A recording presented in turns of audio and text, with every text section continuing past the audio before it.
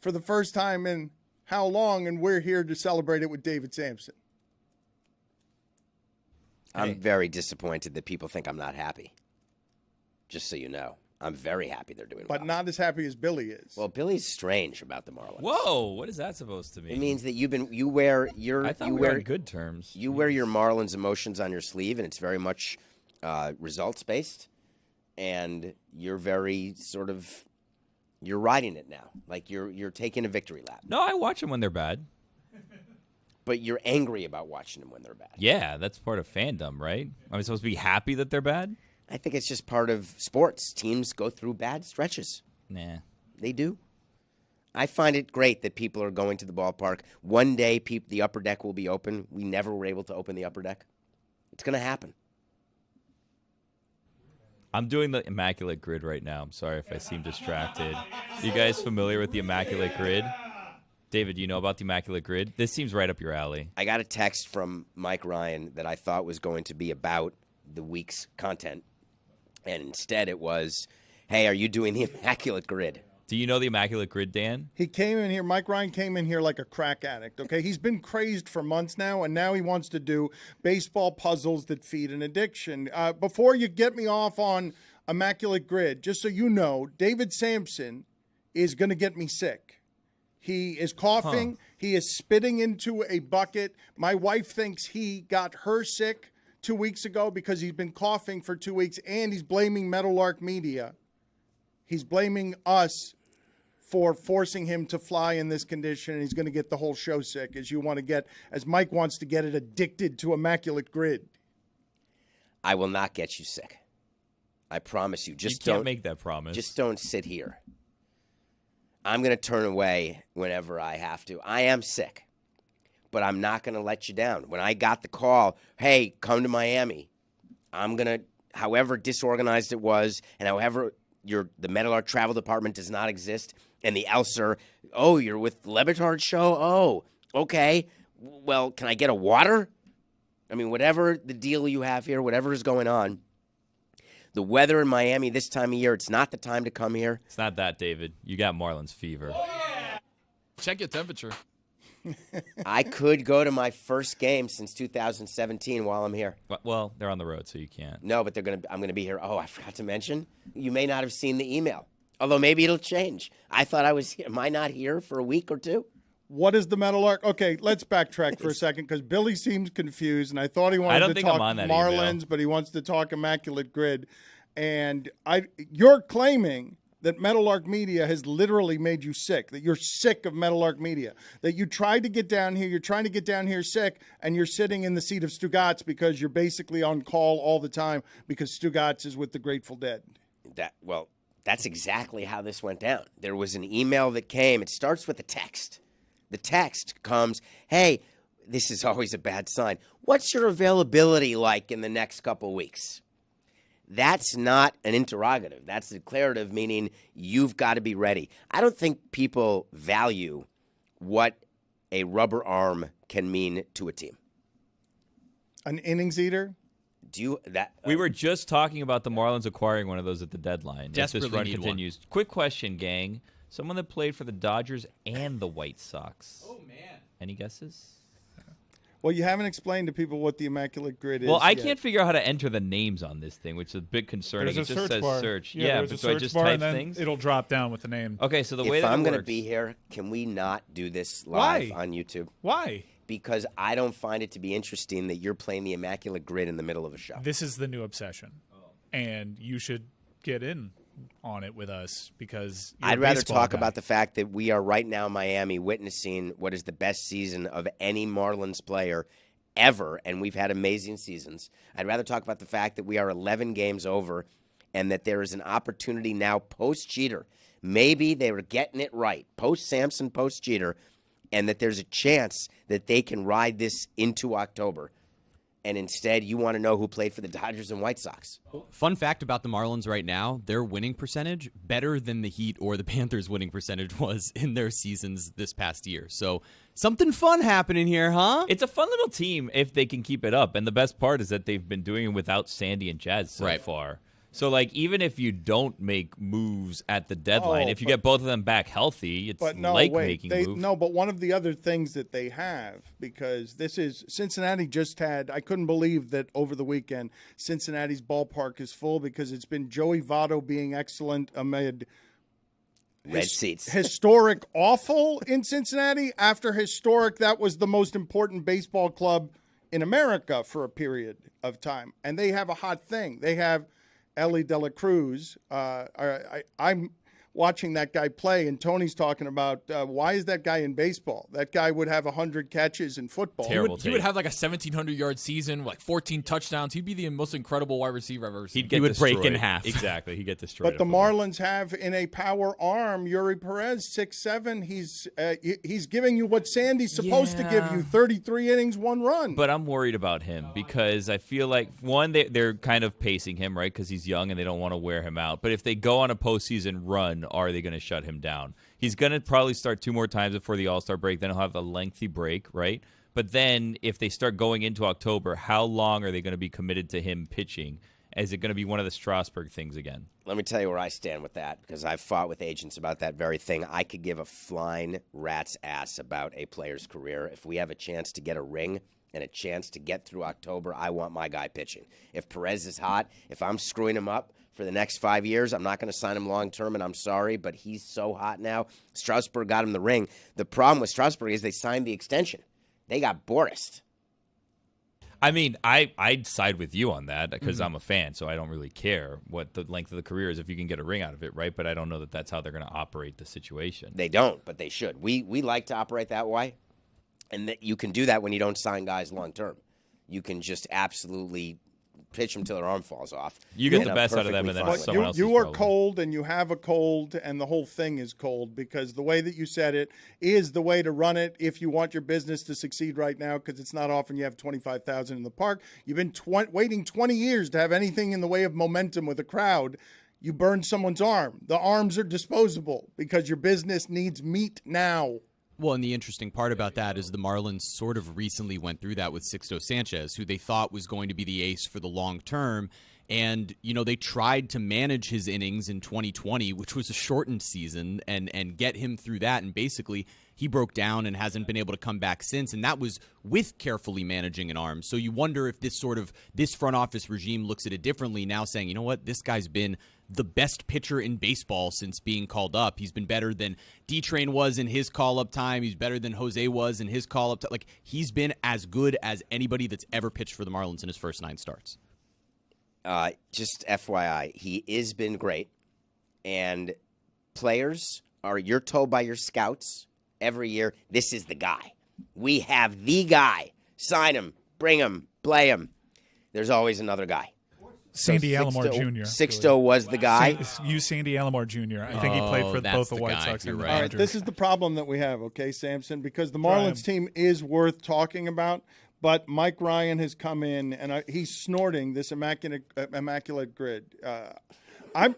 Here's what's happening around here so people understand as we try to hold the business together, and David Sampson complains that he's not being given bottled water when he arrives with a cold at the Elser. He's taking. I wanted more than bottled water. I needed to make. Do you know that I was on a chair, Dan, fixing the air conditioner? Because there was a draft, and I'm sick. It was Marlins fever. Yeah. But there's a side game to the Immaculate Grid, too, because they have popularity percentages. You want to have an answer that's 2% or under. That's just like a fun little side game in the Immaculate Grid. You will explain at some point during this segment or another what the Immaculate Grid is, but I need to explain to the audience. The Marlins can wade in the wake of Panthers, Heat. Summer needs something in Miami for sports. They've got something that I don't like the run differential, but they've got a couple of things. But they're built for this, aren't they? You can throw run differential, and usually it's a pretty good metric over an MLB season. But now that they've changed the rules and they've built this team, what's so encouraging about the Marlins is they actually entered this season with a plan for this season, not like the replenish the farm system, long view plans that we've been going for almost ad nauseum down here with Miami. They looked at the free agent market this offseason. They built their team to be this small ball type of team. And you're not going to – some days you're going to win 2-0. Some days you're going to score 1 run with 10 hits, and it's not going to look great. But they built a team around the personnel that they had, and they're taking advantage of the new rules in the sport, and I think that's pretty exciting. You're not often going to outslug the big spenders with their elite power hitters. You know, when you look at teams like the Yankees or the Dodgers or all these other teams that build these sort of monstrosities of lineups that you look at where – you know, a couple years ago and even last year, the Marlins are trying to sort of outslug those teams with Avisail Garcia and Jorge Soler and sort of the next level of slugger. So they looked at their roster. They said, we've got a bunch of guys who are trying to fit into sort of different types of molds, and they acquired Luis Arias, who hits 400, and they acquired Yuli Gurriel, who hits close to 300, and a bunch of guys who are hitting singles. But sometimes when the league's going one way and you're not winning that way, at least you're looking at your roster and saying, all right, here's a way for us to fill it in and try to do something slightly different. Is that the most efficient way to win in Major League Baseball according to the metrics? No, it isn't. But pitching, defense, and basically putting together innings is the way that they're cool. doing this. This is what's cool.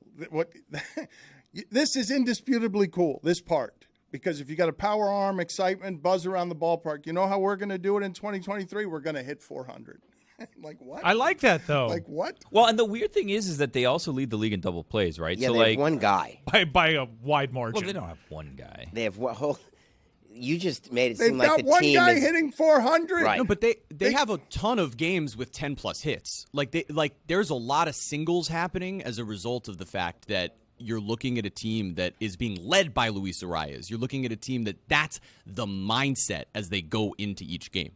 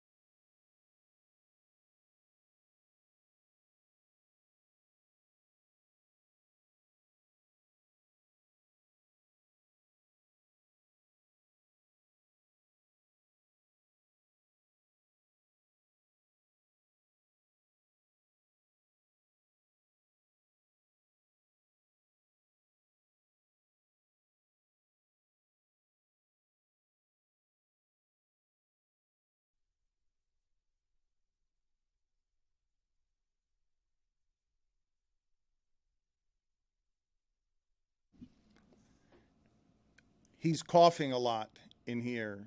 He sounds very bad. And Mike Ryan, who doesn't want to be here, who wants to step back, Mike Ryan is addicted now to this immaculate grid because he needs something after all the sports stuff, and I don't think Marlins is what he's ready for. Oh, I'm ready for Marlins. This is the first time, I guess you can I was in on the Jose stuff. I found that to be an exciting story, but I would only watch when he'd pitch, and then I'd go on living my life. But now they're playing a brand of baseball that harkens back to a time that I loved. I think the biggest problem with the Marlins since they've moved into this new ballpark, they decided to change their colors to an awful color scheme that was basically every color. I don't have any connection points. That's why I like these Teal Fridays because, that's my connection point. The old uniforms. Players don't stick around in this franchise long enough for me to develop actual relations with the players because they ship them off. So what can bring me back? What? Situational hitting? Timely pitching? Small ball? Advance a runner? Station to station? That's how we won in 03. Hell yeah. That is my brand of baseball. It's a type of baseball that I know there's a saying people love the long ball. Never for me. I don't like the all or nothing sport that baseball became. They're actually not stealing enough bases, in my opinion. I'm not going to tell Skip how to do his job, but they're hitting into way too many double plays. They're leading the league in double plays. They have tons of singles. If you just steal some bases, they're like middle of the league right now in stealing bases. Just steal some bases. Jazz can help with that. It's almost like with the way that the pitcher and the pitch clock, it's easier to steal bases now because you know when they're not going to go over to you. Do you think it's a coincidence that the Marlins are playing better when Jazz is not playing? Yes. I do not think it's a coincidence. And But if you ask anyone around the team, they will tell you it's not a coincidence, except they don't want to say it on the record. But can't he help with what ails them right now? With the double plays, with the speed on the bags, he can help them a I lot. believe that you will see when Jazz comes back that the performance of the team will decrease, not increase. I think that that's a bit of an unfair twist of the fact that they're heading toward a difficult part of their schedule. They are heading toward a difficult part of the schedule. You're allowed. You're going to be right, but that's not because Jazz comes back. I would like to point out that their issue with Jazz is significant. The players, and I happen to know this, Jeremy. I mean, I as well, in speaking with players around the team. We have a speaking with players off. Hold on a second. There we go. Where do we Jeremy is there every day, pal. And Samson is not anymore. He's been banished to the fringes of the sport. He wasn't banished. He sold the team. But has sources. It's like if you sell a house, you don't still live in the house. Jeremy, I want to know what's true here. Jazz Chisholm in the clubhouse. We've been having reports for a while. People have problems with him in the clubhouse. So what's real? You're there, Jeremy. Samson's not, but he does have sources. I will say that a number of players who were on the team last year had real issues with Jazz, and a number of those players are no longer on the team. Their manager and Skip Schumacher, and this is a part that I think has been made clear, but is also part of why they're performing the way that they are. He's the type of guy that is positioning himself as a sort of player's manager in that he played the game before, but there's a lot of accountability. So I spoke with Jesus Luzardo just a couple of days ago, and he talked about... The Jesus Luzardo? Good for them. But spoke You're with a Jesus great Luzardo. sounding board. You're a great talking piece, Jeremy. I appreciate you. It's just absolute horse hockey what you're saying. No, but the reality is that, look, there have been issues with Jazz before, but that's not to mean that this team in particular, especially considering, we talked about it, I think, David, we talked about this last week potentially or 2 weeks ago, where it was when Jazz comes back, it's the perfect time where this team is playing well. A lot of the outfielders are playing well, and he's put himself in a position where he now has to kind of earn his spot in the lineup. He's not just going to be the leadoff hitter, sort of granted, hey, you're going to play every day in center field, you're going to play all 9 innings. There's going to be things done to make sure that they're winning. Hold on. What is horse hockey? He's been saying this for a while. It's the original hockey puck. But was it cow dung or horse dung on frozen ponds? I like the expression. I know. It doesn't make me old. No, I'm not. Horse hockey is poop. But when you say horse hockey each time, it's not. I'm not mocking you for being old. Is there something else you want to say? Is there another word you're editing yourself? I don't choose to say shit on the air. Yeah, well, he did. I wish. Oh, sorry. Oh, by the way, Okay. there you go. You just ruined it. Well, okay. But horse hockey dilutes it in a way that it makes it less strong. Did you know that was the origins of hockey? That they would play with horse poo on frozen ponds? And that's why he uses horse hockey? Yeah. No, I did not know that. Well, learn your puck. The original You can only do 5 things at once, Mike. This is a hockey town. Speaking of, I know a player that played for the Yankees, Dodgers, and Brewers. But I made a mistake. I went 8 of 9. I fell short of immaculate. But I used that player for the Yankees-Brewers grid, and I left myself open. I worry about you, Mike, in the following way. I worry that you have become someone who requires this sort of daily infusion of obsession. You're making this something more than it is. Yeah. It's a game that comes out We were every going live midnight, in 20 and I love seconds. texting with Mike Schur, like, ooh, look at this. Wait, you text with Mike Schur? Oh, you're not the only baseball guy I know. I sent it to Boog Shambi. I sent it to Mike Schur. And the greatest thing is the 3 baseball guys in my Rolodex, they never heard of it. You never heard of the Immaculate Grid? Sure loves this game. I just introduced a new fun thing into his life, and that's a very rewarding thing. Does for he me. answer your texts? Do you have him programmed in your phone? Mike Schur and I have a great rapport outside of NBA playoff season. Is he in your phone? Is Mike Schur? Yes, I consider Mike Schur a mentor of mine. A mentor. I asked Dan recently if I could text Mike, I asked for the number.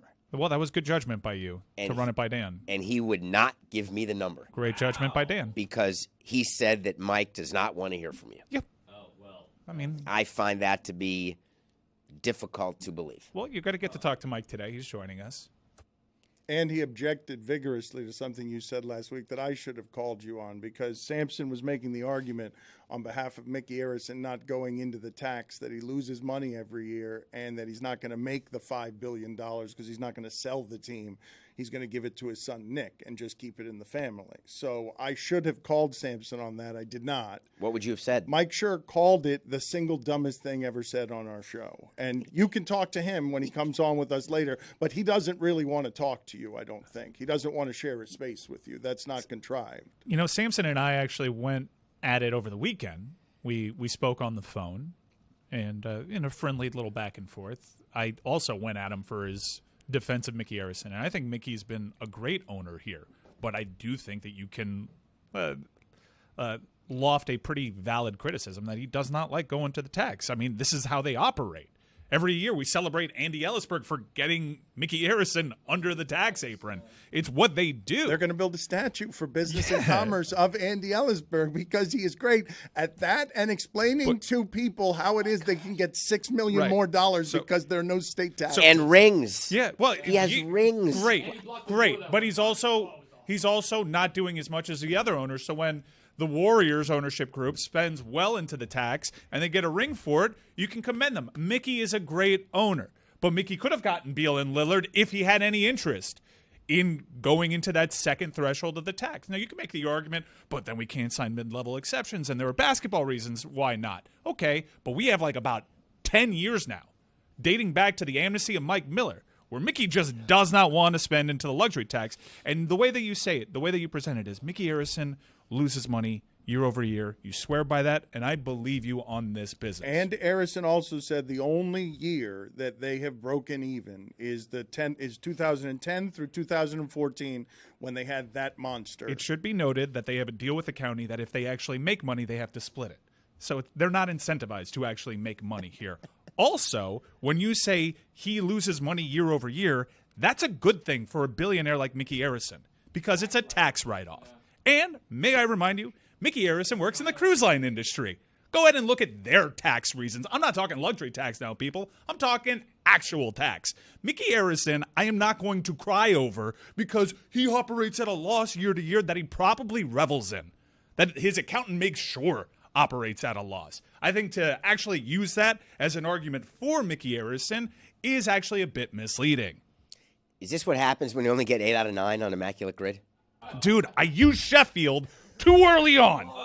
Sheffield! I wasn't done yet. Okay, explain, Billy. Explain. Since you've been caught in the webbing of Immaculate Grid, go ahead. I want to talk I wasn't done yet. And I was talking to him and I was talking to Mike Schur, who gave me another one that fits another one of the squares. That was the player that played for the Brewers. You have Yankees, Mike and Schur's number Dodgers. also? Oh, yeah. We text almost daily. This is absolutely wrong. I mean, he texts me. I- What do I- you want I- me to do? I I did don't not- initiate I it. did We not- talk How about did Ellie they get Dela it? Cruz. I did not give Mike Ryan and Billy Mike Schur's number. How They did didn't they get get it it? from me. I don't know how He they got it. texted They've me. got their They're own friends. relationship with him. He was a fan of the show, and we developed the friendship. We talk about baseball every day. God, we're big Ellie Dela Cruz fans. It's so much fun. And strike zones, we hate umpires together. Oh, let me tell you about scorecard. I was going to text him not to bother him or talk about money. I was going to thank him or talk about something that I'd seen him do and that I enjoyed the content. And you were dismissive and protective. It's amazing the all way have you our- treat him. David, we all have our own friends. I don't hit you up jealous that you have a relationship with Larry Beinfest. Like, it is what it is. We're all on the same team. That doesn't mean your friends have to be my friends. You want Cowboy Carl's number? I'll text. Yeah, text Cowboy Carl. He's one of my oldest friends. You don't see the difference? That's part of the problem at Meadowlark. What are the other problems? That you're We don't wanting have to be friends with our friends? I don't want to be friends with Mike. I'd like to be able to talk about content creation. I don't find that to be unreasonable at all. It's what we do. Get him on the Slack. I agree with him. On agree the with you, Dave. Slack? I'm not getting him on the Slack. Is he on the show today? He's on the show. You'll be able to talk to him, although he might cancel now that I'm he getting knows his that cell number today. He might. Okay. I am not leaving today Okay. without You his know cell what? number. I hope Not he leaving doesn't today. hear this part of the show. I hope he doesn't hear this part of the show and just comes on with us later. And we can just sit back, all of us only knowing the joke that David's going to try to finagle Scher's number. And you'll make a very decent man feel awkward because I don't think he'll give it to you. We should take bets. See if Shams can move the betting odds for us. It's an interesting conversation. More on that later. We should take bets. That's good content. We should take bets. About... David is very charming. I will get his number. Okay, but I'm not the gatekeeper on that. You were. You didn't give it to me. You should. Aren't you the gatekeeper on this? I am, I guess, yeah.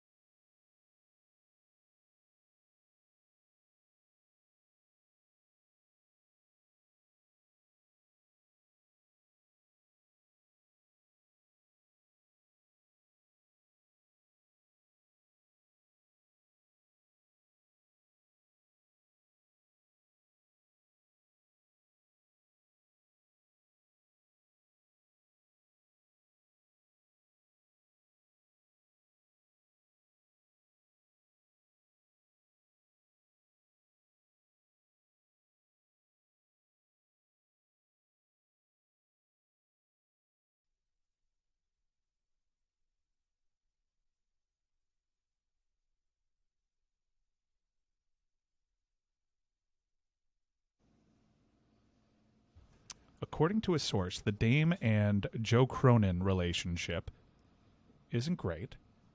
It's a Blazers GM.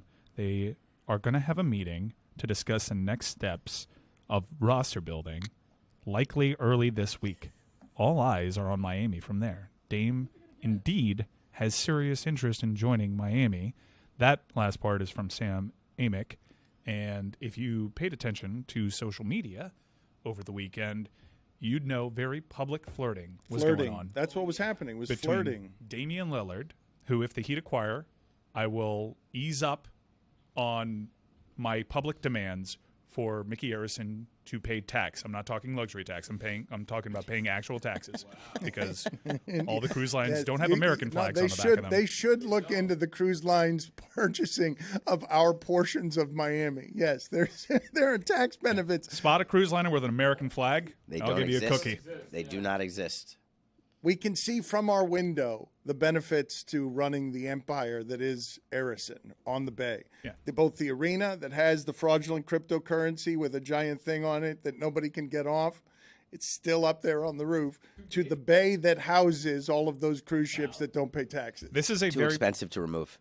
This is a not so subtle public challenge to Mickey Arison. For every day that goes by that you do not acquire Damian Lillard, I will amplify my sneaky cause to make you pay money. What if they lose Gabe and Max? Does that bother you? For Damian Lillard. So you're good. So as long as Damian they get Lillard Dame. becomes the best player on this team if they acquire him.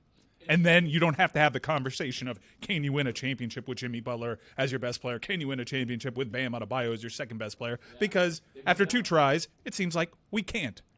Samson just said something in the middle of that. Is that true? Does it still say FTX Arena It does, on yeah. top of the arena? No, I know it does. The part that he said, it's too expensive to get out of there, so they won't remove it. It's going to just say from the sky, FTX Arena, because what Mike Ryan is alleging, they're too cheap to move the stain of FTX Arena off of the arena, or it's that expensive. So those are related. Those are related. The way when you're negotiating with a new sponsor, Kaseya, part of the relationship is where do you want your signage, and if you want the top, which is what sponsors want, because that's where the planes go back and forth. That's the exciting part.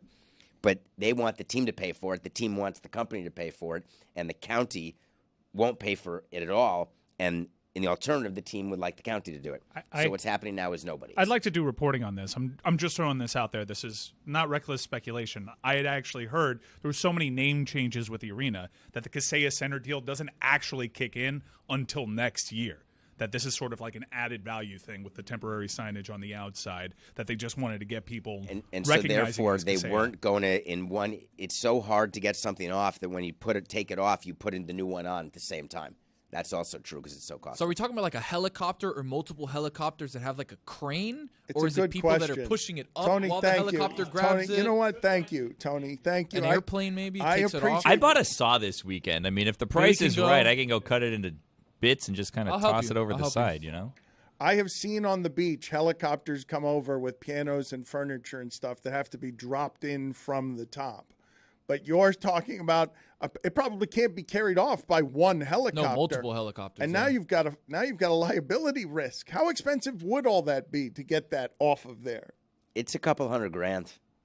Come on, they can find that. Give me 80 and I could get that off. I'm telling you right now. And it's not helicopters. It'll be cranes. Couple do it $100,000. for 80? Don't hold your breath with 17 Armandos will carry I it have down mini the stairs. chainsaws up there. We throw one of those things on the side, those garbage chutes. We just cut it into little bits and pieces and just toss it in that. Goes right into a dumpster. Waste management comes over. Shout out to Wayne Huizinga, and then we're done. R.I.P. We needed the Blazers to do what they did on draft night, which was actually use the third pick and not acquire a superstar with it, because that signals, hey, this is still a long-term project and not a win-now project to Damian Lillard, who, again, I need to remind the audience, went on IG Live to play Will Smith's Miami in the background. Who in 2023 does that by accident? The statement was from his reps that was a total coincidence. Come on. I might have been born at night, but I wasn't born last night. Why did you do that? That was not a good line. Also, I'm not even sure if I was born at night. It was not clever. I don't know. Ricky Williams hasn't told me what time I was born yet. Do you not know what time you were born? Do you not know what? Do you know what time you were born? Not an important piece of my life trivia. Do you know what time your kids were born? Yeah. I know like the general time. The sun was out. Yeah. Okay. So Damian? Just call him Dame. Lillard. Dame Dollar. He's not meeting with the GM, just FYI, Call him to look at please roster call him Dame Dollar, please. construction. Dollar with an A. With an A. Bothers me when fans say that. Bothers me when a white guy goes hard R.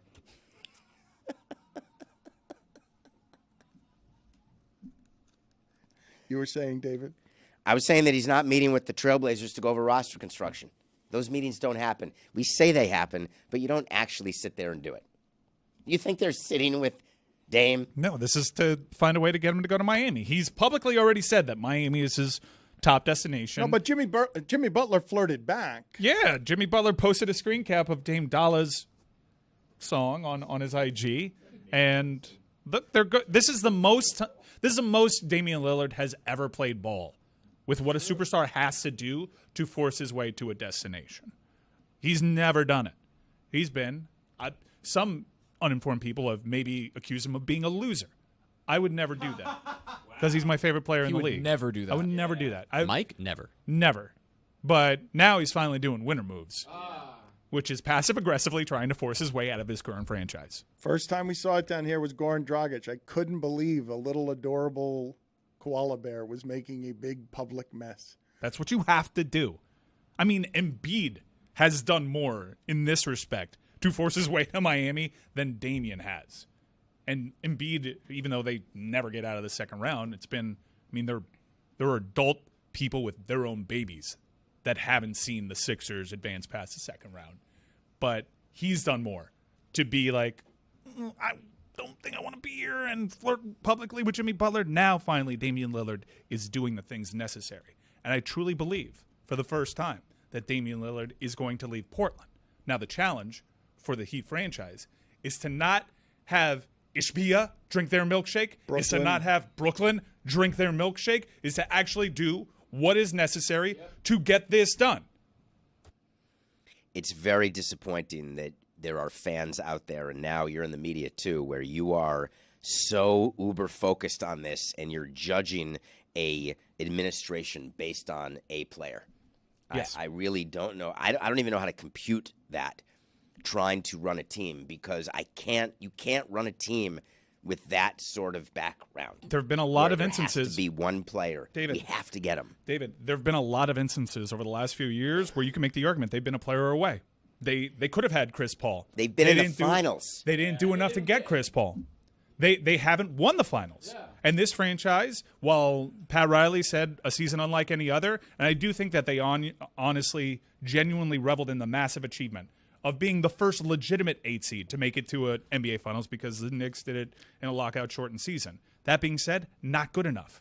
That's not the mentality down here. They accomplished something they needed to, which is they got increased value established for Duncan Robinson, and they got into a position where this is a recruiting tool. Is like, hey, Dame, however you guys are doing it over there, we can do it with Gabe Vincent.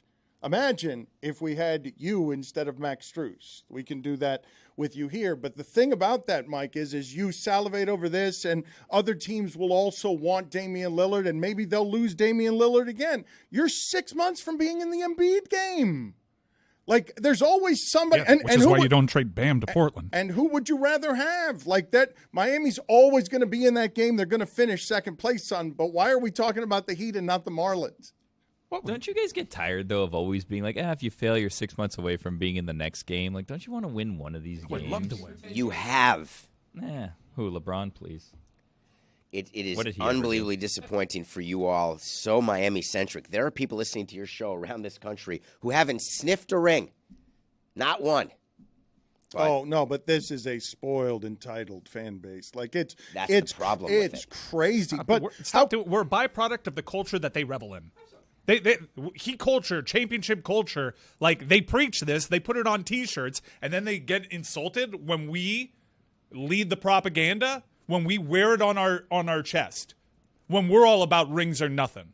This is what they preach. This is what's celebrated in the halls. This is what they have in Championship Alley. It's not called Second Place Alley. It's called Championship Alley. That is true. How dare you go at me for just being a fan of the team and treating the team the way they want to be treated? Yeah.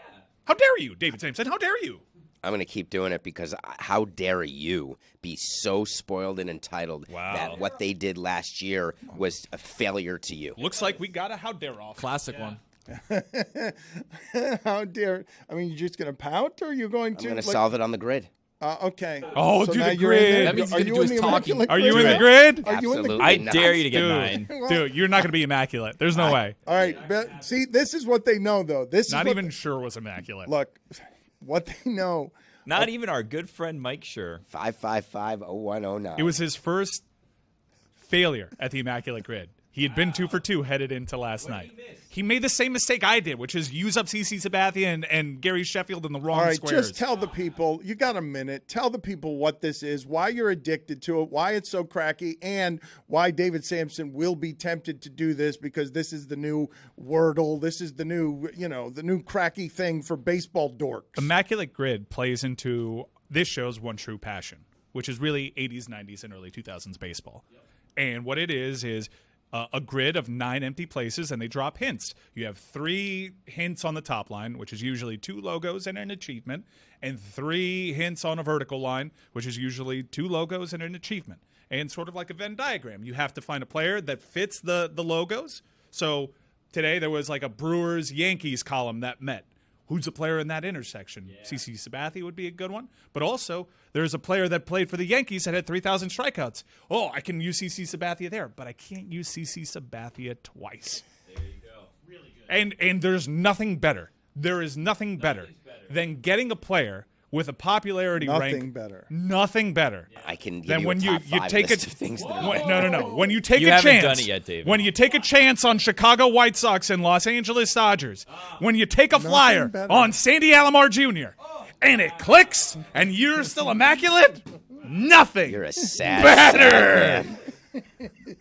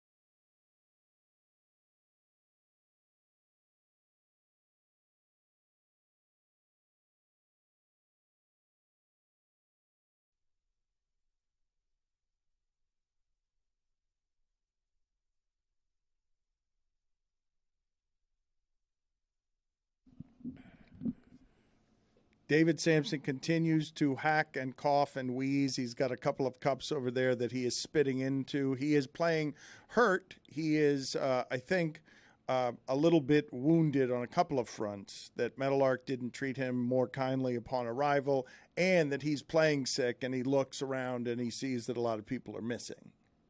Which I guess I was told because I got the important email to get down here. And this time of year, it's not easy to get to Miami with storms and flights getting diverted. There's an absence of air traffic controllers. It takes forever to get your luggage. And I had to check bags because I'm here for a period of time, which I don't know, but I said that I'd come. I go to check in. Oh, you're with the LeBatard show? I'm sorry, what?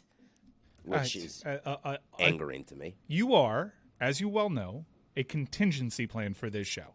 This is not a surprise to you. This was one of the terms that was discussed. You are not allowed to publicly lament being a contingency plan. I'm happy to be the rubber arm. I'm just, if there's a way we would treat our rubber arm guys, they'd still get nice rooms on the road. They still got the per diem. They still got to fly in the charter. They still got a uniform, and the clubbies still wash the jocks. Okay, no one at Meadowlark is going to wash your jock. We have a good arrangement with the Elser Hotel that takes care of us very well. I made the reservation on my own. I don't know what happened. Okay, you should have gone through us somewhere. Who? I'll walk you across the hall. I thought Stugotz was here today, so this is all a surprise to me. This is part of what the problem is around here. We have New York offices as well because that's where David works, and he can't ask anybody there how to get flight and hotel taken care of in a contingency emergency. It's all right. He can just write it off. You have Oh, plenty of no. experience writing stuff off. I will write it off. I'm going to expense it, Yeah. You know what I mean. obviously. My point is, I You're just being mad wanted. emo today, dude. We're happy to see you. I don't want to do this thing where it's No, like, I'm a wet blanket and nobody likes me. We like you. Just play the Immaculate Grid. Well, Stop carrying water for Mickey Harrison. He's got an immaculate grid of things that are better than Mike's immaculate grid. Number 5, David Sampson. A Passover Seder with your in-laws. Oh, man. What are you doing? That's better than playing the Immaculate Number Grid. 4. Number 4 is running 26.2 miles. That's better than the Immaculate Grid. So far, this list has a flaw because they're all things that you've actually done, but the Immaculate Grid is not something that you've actually done. Number 3. Wordle. Did you do Wordle? I got it. I was into Wordle until I realized that I was at 12 midnight. Does Immaculate Grid come out at midnight? Yes. So are you finding yourself at midnight doing it? Yes. Okay, I was doing the same thing with Mike Wordle. sure is so lucky because it comes out at 9 p.m. local. No, so Wordle comes out at midnight wherever you are. Wow. Wherever your phone is. But so then I, people How do they can have that cheat. technology? What? It's How location. do they have that technology? How do they do it? Location. Tony, you can't question that over the air when you accuse the ancient Egyptians of having that A technology. different story, though. You think time zones are And technology? also, it's a sundial. It's not. It's They're actually based on the Nah, sun, I don't know about that. the axis of the earth. Any of this ringing true? Sampson If is- we were all in the same time zone, then it would be dark in half the places during the day. It is in some places. It of the world. is. Yep. Some places the sun doesn't come up for a while. You ever watch Insomnia? Is Bo is Afraid a scary movie? No. You It's can on get my by. list to watch, but I wanted to watch it in the hotel because there's people around and I can't watch it alone. And my view was that if I get too scared, I can go to the front desk. I don't. That's, You're- I need to you're- tell you about Well, this. you may- This is a Go true ahead. story. Go ahead. So I do things in a hotel that I won't do in my house you run to the Hell front yeah. desk when you're scared. because I know that I can go to the front desk and it's manned 24 hours a day. Actually, if you do that, there is a scene in Beau is Afraid where he runs to the lobby when he's scared and he's only met with more fright. So that doesn't. That doesn't. No, don't Samson, ruin it for Samson, me. Don't ruin the lobby for me. Sampson, you didn't just come in here and say, "Where's my flight? Where's my room? Where's my water?" If I watch a scary movie, I need someone at the front desk. I'm in my 50s. That's not what just happened here. That's not what just happened. It's exactly what just happened. You're an adult. You've raised kids. You could be a grandpa. He does not like scary movies whatsoever. I'm scared. So Beau is Afraid is the third film from filmmaker Ari Aster, who's done 2 suspenseful movies, Midsummer and Hereditary, which for my money is the most terrifying movie ever Well, made. and the first one could be X for horror. yeah. X, like a triple X. It could be pornographic Oh, for horror. Hereditary. Hereditary. Yeah, Both it of them. has the most. You told me Midsummer's not horror, but I still won't watch it. No, Midsummer stays with you. I mean, Hereditary stayed with me since I first watched it. Midsummer stays with you, but it's not conventionally scary. I mean, the visuals that Hereditary comes up with are just some of the most terrifying you'll find in cinema. Midsummer is a lot softer than that. I think the entry ramp to to Ari Aster is certainly Beau is Afraid. It's a very ambitious film, and there's a lot of theories on it. I think quite obviously it's an homage to The Truman Show because there's almost a like shot-for-shot recreation where it's not even that it's a pretty heavy-handed homage to Truman Show, I believe, and I know that's one of your favorite films, David. So this is like, consider it a very dark, twisted homage to the The Truman room Show. is full of people always. I mean, it's empty now, but I'll keep track of when certain people are coming. But when I do my movie lists, which we can't do because yet Adnan's on vacation also. So I'm doing a top 5 list Wednesday alone, I guess. Everybody's on vacation. Well, we were in the middle of your current top 5 list that we didn't finish.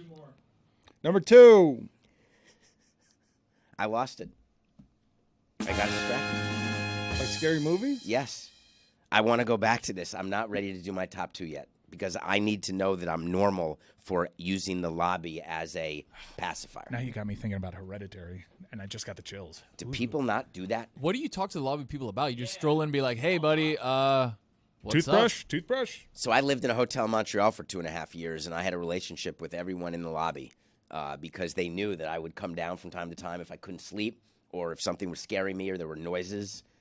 I had an outlet, and so I knew the shifts. And so when I got in last night to the Elster after all of the delays, my woman was there.